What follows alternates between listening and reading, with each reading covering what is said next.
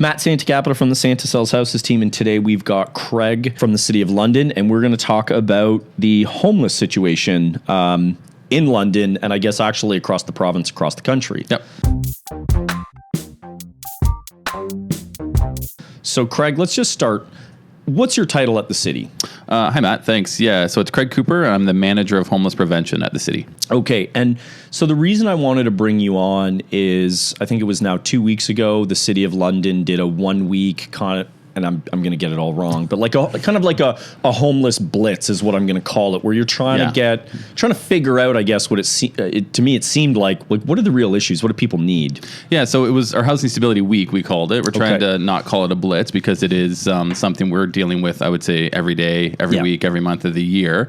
The focus of that week specifically was around individuals who are experiencing unsheltered homelessness, as well as individuals that are living in shelters. So somebody that might have what we consider chronic homeless, which is living in a shelter for more than 6 months. So as you probably heard and realize, people are living on the streets, shelters are full. We're generally operating at over 100% capacity at most shelters. So the Housing Stability Week was an opportunity to bring light to the situation, to try and centralize all supports that we can get for individuals.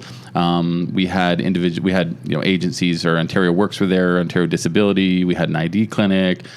We had a bunch of different other agencies there to try and talk about and get people housed. So that was the focus, is to get that group housed that we mentioned. We had over 800 people show up at the door. So we had about 680 people come into the building, another about 200, 150 that presented at the door after we were not able to take any more because we're kind of over capacity. And said, come back tomorrow. So of those 800, I'm not sure exactly how many came back the next day, but at the front door, we had over 800 people.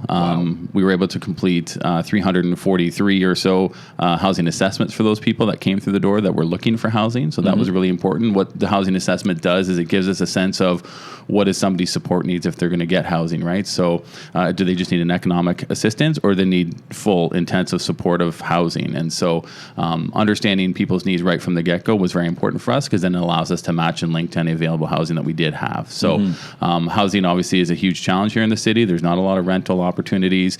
We didn't have a lot of housing available that week, but we did make do with what we did have, and we were able to house I think it was 63 people. Okay. So 50 adults or 47 adults and 26 kids, something like that. So it is a start. This last week and a bit since the Stability Week ended has been intense. This hit nicely for my staff and myself. Yep. We've been inundated with calls, which, is good. It's a good thing. It allows us to understand sort of the situation. We fund agencies, and we deal a lot with the funded agencies. And what we really saw, I would say, at Silverwoods that week was the hidden homeless, right? People that are couch surfing, people that are just on the edge, right? They're just struggling, living in vehicles. We had a number of people that live in their vehicles that showed up. So it really helped us understand what we already know on the shelter side and who's experiencing homelessness in shelters. But those people that are unsheltered and on the edge of becoming homeless is really highlighted that week. Just to give scale for anybody watching this, how big of an issue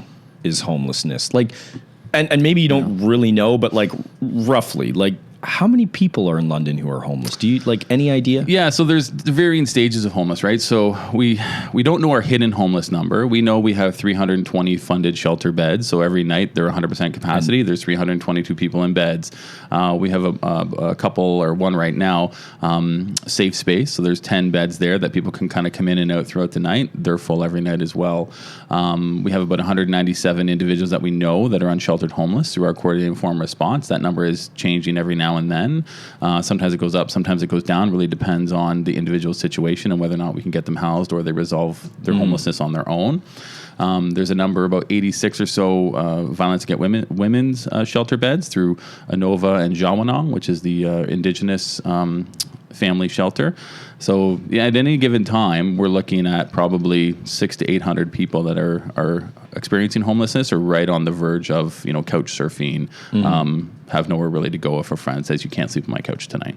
And so I guess what are the causes of homelessness? Like, is that even looked at? Yeah, for sure, and it's multiple. I would say, for some people, it's they lose a job, they have a relationship breakdown. They could be as simple as that, right? They're one paycheck away from experiencing homelessness. For others, it's a significant addictions issue, significant mental health issue. It could be a medical issue. People in hospital for a number of months, and they lose their housing because they were in hospital for 6 or 8 months. So we're working with the service sectors there to prevent that. We recognize it's a gap, and trying to stop people from losing their housing while they're in hospital. It just seems to make sense, right? But it happens, so and it shouldn't happen. So we have staff that are working. I have staff that are working with the hospitals to help prevent that, right? So what do we need to do to help make sure this person maintains their housing when they're in hospital, right? Is it paying the rent? Is it paying the bills? What is it? Is it communications with the landlord? So we're trying to figure that sort of stuff out. Everybody's situation that we talk to is different, and why they are homeless. It's any one of those things. Poverty is obviously a significant driver for that, but from my view, if somebody's having an economic challenge, it's an easier potential outcome for them. Like if you just give them a supplement or help them find some housing, most times people can self-resolve. Mm-hmm. It's the people that are more addicted, significant mental health issues, that have nowhere to go, that are challenging with their behaviors. They're the ones that are probably the hardest to house, and a lot of those individuals we're seeing currently on the streets, we're seeing in shelters, and they're really taxing the system. Mm-hmm. Mm-hmm. So I guess looking at mental health and addiction issues, I mean, I'm assuming then there's just not enough support. Yeah, it is. And, there's just not, like for addictions, right? There's just not sort of the detox, the treatment centers. Center of Hope here at on Horton there is opening a recovery center. So, they're creating some beds there, but it's 26 beds, right? So if we're talking, we have 200 people that are just experiencing unsheltered homeless, not to mention the 300 people that are in shelter. If even 20% of those have mental health issues or addictions issues, they're already done. But we know the number's closer to like 70 to 80% of those. Yeah. So, there's just not enough. So space. We're only really helping maybe 20% of the overall. If they want, if they want it, right? Yeah. And so part of what we're looking at is different ways to help facilitate people, right? So at the city, we're not experts on addictions. We're not experts on mental health, but we're the last line of defense, so to speak, for people that need housing. So our focus is trying to build those partnerships, build those relationships, understand the processes so that we can help people get into treatment, get into addictions to detox, get into a mental health hospital, and then when they finish their treatment, make sure they're stably housed and that they're not put back in the situation that might challenge them to experience homelessness again. If somebody's out there and they want to help in some way, like monetary, maybe it's a landlord who has some extra space, which I mean, sadly, that's going to be hard to find. I mean, the city, sure. I can't remember. I think the last stats that I saw, London's vacancy rate was hovering like 1.2%. Yeah, and I would say even like the 1.2% is probably your higher end units. It's not your $800 a month units or less, right? So we're seeing through our supplement program where we can find landlords that want to partner with us, because I get there's a stigma with individuals that are experiencing homelessness, right? They may have had a bad experience before, but at this point, the city we're really trying to work with landlords, trying to build those relationships, rebuild those relationships that maybe were damaged in the past. Like I've been with the city for 7 months, and my view is to try and rebuild those and support those individuals appropriately, right? I want it so that if a landlord rents to somebody that's experiencing homelessness, they wouldn't have any other significant issues beyond what they might deal with a regular tenant, right? Mm-hmm. So that's the goal. And we will put supports in place to help an individual do that. Well, and you only the city has a limited budget. Absolutely. Like we're working within a pie, right? Yeah. So we get funding on the homeless prevention side from our federal government, our provincial government, and the city. So we have a pie, and we're trying to do what we can do best with that pie. And we're still trying to fund shelters. We're trying to fund different housing programs. We're trying to fund our coordinated informed response and our responses for people that are living unsheltered, as well as people that are currently precariously housed, right? The best result is to try and prevent somebody from losing their current housing, right? So if somebody's been housed for a number of years and they're paying a specific amount of rent, it's easier for us and more efficient for the system to house them and support them to stay housed than it is to move them into a different unit that is now $400 or $500 more than they were paying. So we're working through those kinds of things, and we're building the relationships with some of the community organizations. Lifespin and Crouch. I've met with both those agencies a number of times over the last number of months, right? Because they've been very vocal at council, and we're working on some great partnerships with them and working forward towards helping the people that they're seeing through their door every day, because they're not all the same people that we're seeing through shelters. So it's a very complex situation and system. And we talked a little bit earlier about, well, just you build a big place for somebody to go, right? Yeah. Like I get calls about that every week, but I guess here's the thing, though. Does that really help? Just because, like, and so we've talked about this, right? Where you're like, okay, to do things in a cost-effective way. Because right now, I mean, like, I look at it, and the problem is things are too expensive now. Land is too expensive. It's too expensive to develop. Tradespeople, their rates have gone up. To build buildings, the cost of that has gone up drastically. Yeah, and you can't build an affordable housing unit for somebody that's on shelter allowance with ODSP or Ontario Works. It just doesn't work, right? It's just not. The developer would lose money. So now you're into, do you supplement the developer at the cost of development, or do you supplement the unit on the back end? So where are you putting your money, the front end or the back end, right? What does it matter? Yeah. And for the, if it would be more efficient to warehouse people, right, to get them off the street. And I can appreciate today with the snow outside, having somewhere for somebody to go is super important. Yeah. But the challenge is going to be is that most people that we've talked to that are currently experiencing unsheltered homelessness don't want to go into a large group area, right? They don't want to be with hundreds of other people or 50 other people. They don't want to right? be in a beehive. That's what I call it. Exactly. Right? They want their space. So how do we figure that out, right? That's efficient, but works for them in the long term and provides the choice that they need. Yeah. Because I'm all about choice. For me, if somebody has choice on where they're going to live, they're going to have a little more what I call skin in the game, right? Yep. They have more of that interest that they want to make this their home. So that somebody can be housed, but if it's not their home, you can flow through housing quite quickly. Yep. Is there any place that's getting it right? Like, is there not necessarily Canada's their place in Canada, North America, the world? Is there any place where they're kind of looking at this and they're like, okay, they're on to something. Maybe they figured it out. So there's a couple different thoughts on that. Like in my experience so far, I would say Medicine Hat's doing it well. They're almost reduced their homelessness population to zero, right? They've basically a bunch of different things. They've looked at a housing first model, a rapid rehousing model, rapid rehousing. Yeah, so that was just more around the diverting and stopping people from experiencing homelessness in the first part. So if somebody is identified, they're getting evicted or they present to the system, so to speak, they're able to quickly rehouse them, so they're not going into shelter, they're not living on the street. So part of the problem is they've been able to stay, I think, ahead of their homelessness wave, and they're a smaller community, but I think maybe the size are a little bit bigger than St. Thomas, but they've done a lot of great things. And so how have they been able to stay ahead of it?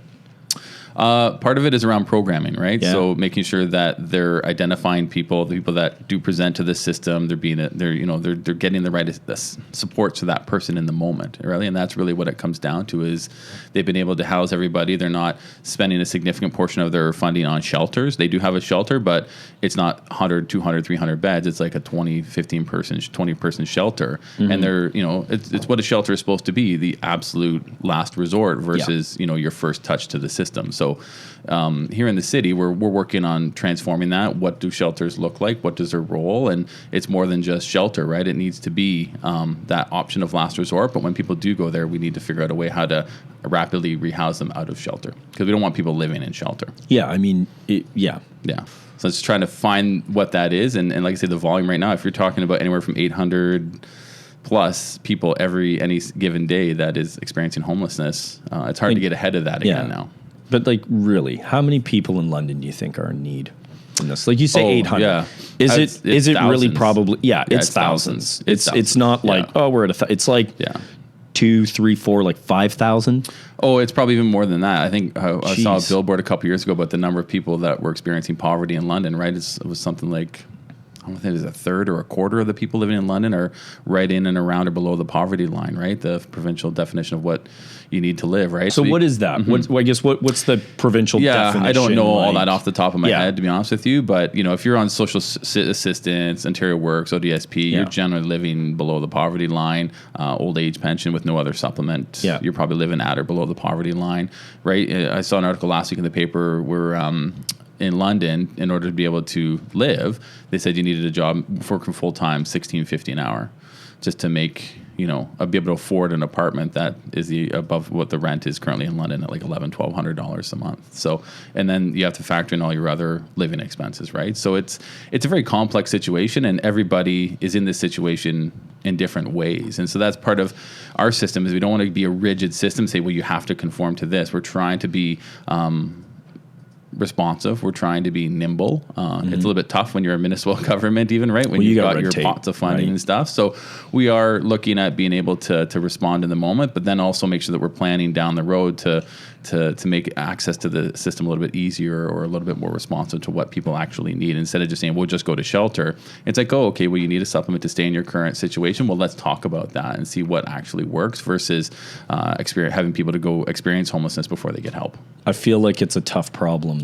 What was it? Somebody on CJBK about a month ago said I have the hardest job in the city, right? And I chuckled at the time, but it's almost like there's no win in sight for you. Well, I was a huge win last week. Housing 60 people, that's a huge win for us. And I know people are saying, well, it's just 60, but it's 60 people. I guess, that's huge, right? In 5 days. And so for us, that's that start, and it's that shedding the light on the challenges. And I would love it. Like I say, if I could get 150 units today, we would have them filled by tomorrow, right? And and having the people supported and doing that, they're just not here, right? So then you get into the conversation around, okay, well, we just need to build more units. Well, you're 16 to 18 months to build new units, right? So that's then the cost factor. Exactly. That's the, you're $150,000 unit minimum is what we're seeing on the affordable housing side, right? And so then obviously that's our housing services division, as well as our housing development corp. They're in those conversations.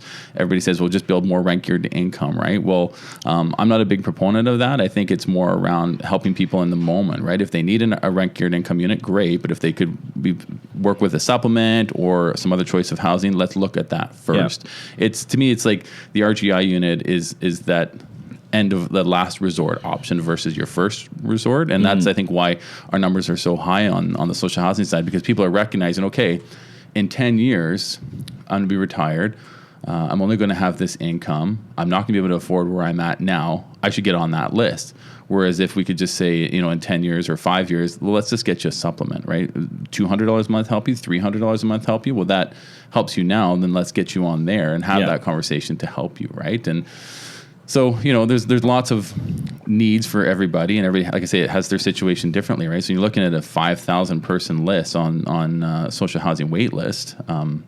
It's at some point we have to figure that out, right? And so I'm having conversations with our housing services division and the managers there on, so this is what we're doing on the homeless prevention side. How can we align our services better? How can we break down any traditional silos that have been between our two units, and let's support similar people, because the people on some of my lists are very similar to the people on social housing list. And the social housing list is just for the social housing, right? It's not for affordable housing. It's not for some of the regular housing. It's for somebody that wants a rent geared to income unit. And there's thousands of those in the city, but they're all full, right? And there are turnover, but there's other challenges going on that I'm sure, we've all heard in the news. Yeah. So I know, correct me if I'm wrong, CMHC also has a program geared towards affordable housing, where they will, and I don't know the exact percentages, but it's like, you build or retrofit a unit and you guarantee the rent below X amount. Yep. It's your average market rent. It's when whatever it is, like you'll only charge. It's usually 80%. Okay. Yeah, is what it usually is. But even then, that's it's almost not enough. It's not affordable for somebody on social assistance. But so, okay, here's the weird one and I haven't looked at it in several years, because I'm just going to be honest, I get annoyed with it because I think that they're missing a big point. They're only approving beehives. So like big buildings that are 30, 40 units. So, and the threshold, and this is maybe getting a little taboo, I can talk this way, I know you can't, but the threshold is you have to have a 5-plex or up. I look at it, and again, I know nothing about this topic. I am not a doctor. I don't know the psychological stuff, but I just think about it.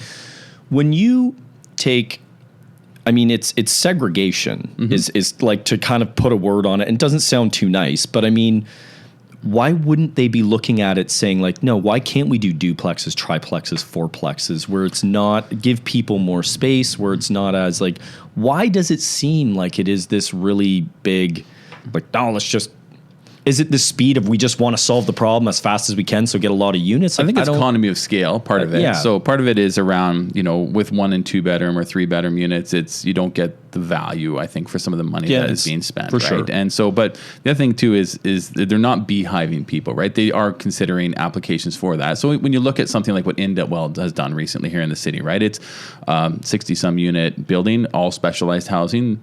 Historically, you might call that ghettoization, right? But for me, it's a function of, what matching and linking and what process did they follow to get people into that building, right? Yep. Is it just keys in a room? Because if that's it, then that's not going to do well for people. Yep. What I look at is the mixed use side. So how can you have market rents? How can you have, at market rents or average market rents? And then the supplemented units, right? And having developments that consider all that together is super important, because then you're now a better integration in the community. You're giving more options, and you're not ghettoizing, so to speak, those developments anymore. And you're not beehiving it either, right? You're providing people the choice, and you're providing, I would say, experiences that they would not otherwise get as they're moving towards their journey of community integration or whatever that person needs in the moment, right? And it looks different. I say community integration, but it really is dependent on what the person and what they want to do. And we have all plans for our lives. It's the same thing with them. So how come we're not looking at, let's just say like a high rise goes up, you're talking,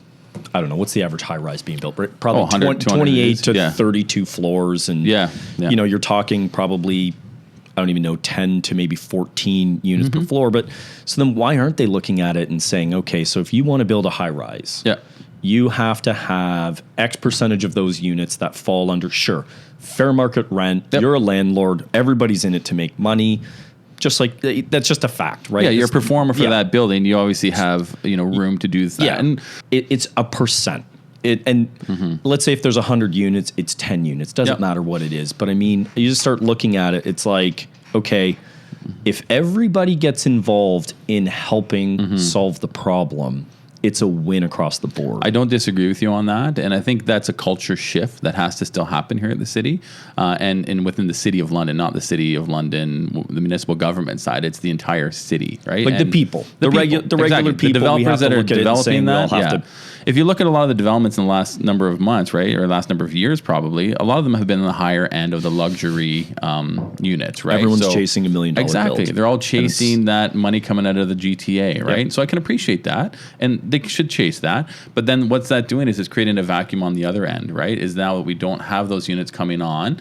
We have lots of vacancy, I would say, in the $2,000 a month unit, but we have nothing in the $1,000 a month unit. So what is that balance, and how can we as a city push that balance, right? And so part of those conversations I'm having is around with our development services, with our Housing Development Corp. How do we use the money that we get from the provincial and federal governments? Our Housing Development Corp does do a good job. Steve there is a great guy, and we work quite closely together, but his area is a little broader than mine, right? I look specifically at people that are experiencing homelessness or at risk of being homeless. There's a lot more people, like we talked earlier, around who are precariously housed, who are struggling on the poverty side. So his view is probably a lot wider than mine necessarily, because he's trying to provide a good range of housing for everybody. And you just can't build all housing for people that are receiving social assistance, just like you shouldn't build all luxury units. So we need to find that balance, and part of finding that balance is having the conversations with the developers early when they come in for pre-consultation at the land use planning side. Okay, here's what the city's, we have this policy in our official plan. Yeah, we have our policy in our official plan. We're abiding by this, and if you get to the, it's not the Ontario Municipal Board now, whatever the tribunal is called. If you get there, you get there, and we have a legal system, we have a legal department for a reason. In a lot of these cases, right? We get appeals all the time over side yard setbacks. Well, let's deal with some appeals of an affordable housing unit if we need to, right? Like, let's not be afraid to do some of those things. And it's a challenging culture shift, right? Like, I've come into this job with, I think, a bit broader of a perspective and a do whatever it takes kind of mindset. And that's done well, and it rubs some people the wrong way as well, right? Because it's like, we've always done it this way. And I'm like, well, I'm not committed to always doing it the way we've always done it, because we've got 1,000 people or 800 people that are experiencing homelessness. So, but that too, and I'm not just going to rock the boat to rock the boat. So we're having those conversations. conversations. It is a slow process. It took us a long time to get here. It's going to take us some time to get out of here. So while I'm planting all of those seeds with Housing Development Corp, with our development services to try and get more units online in 12, 14, 18 months, I'm also looking at what can we do sooner than that, right? Where are our opportunities with landlords? Where are our opportunities with rent supplements? What can we do around modular housing, right? So I was just at Canadian Alliance to End Homeless Conference in Edmonton, and there was a great session on supportive modular housing. And it's, basically the apartment buildings that are built in a factory that are then shipped to the site and all kind of like Legoed together.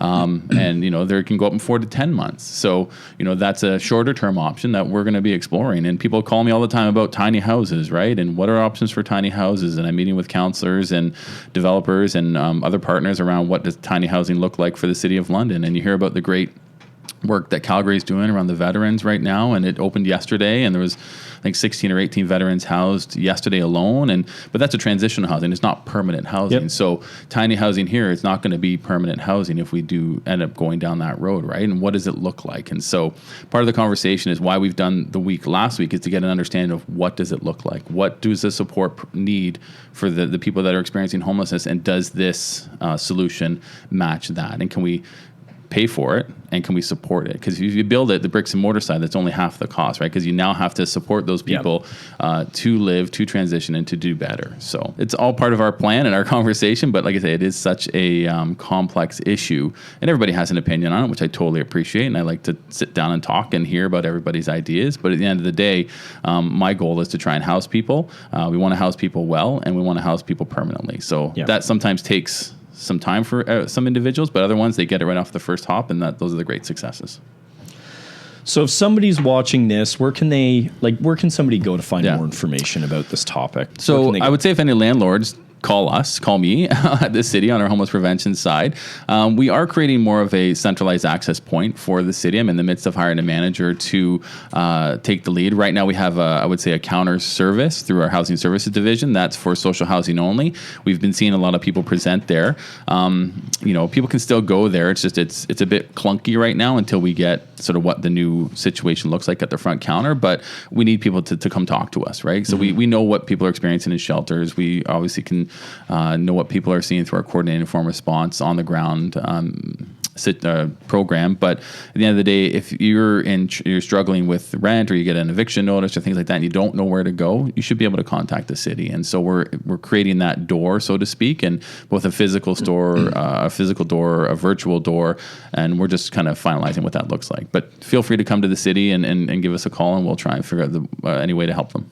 Awesome. Well, thanks for coming in, Craig. Thank you. Yeah, that's great. We'll also put all the links in the description, so if anybody out there is looking for it, it's easy for them to find. Again, thank you very much for coming in. Thanks for having me. Great.